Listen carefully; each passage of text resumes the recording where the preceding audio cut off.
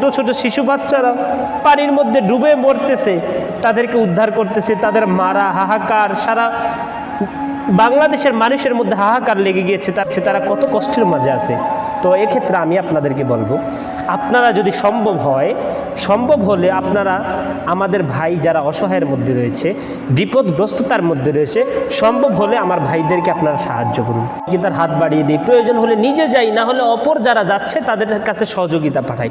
প্রিয় ভাইরা শুনুন, আল্লাহ তাআলার প্রিয় নবী হুজুর আকরাম সাল্লাল্লাহু আলাইহি ওয়াসাল্লাম মুসলিম শরীফের 2419 নম্বর হাদিসের মধ্যে রয়েছে, আল্লাহ নবী হুজুর আকরাম সাল্লাল্লাহু আলাইহি ওয়াসাল্লাম ইরশাদ করেন, কেউ যদি কোনো মুসলমানের একটি অভাব দূর করে দেয়, একটি প্রয়োজন পূরণ করে, আল্লাহ রাব্বুল আলামিন তাকে কিয়ামতের দিন পরকালের মধ্যে তার 100টি প্রয়োজন মিটিয়ে দিবে। সুবহানাল্লাহ। এজন্য আমাদের উচিত কি করা?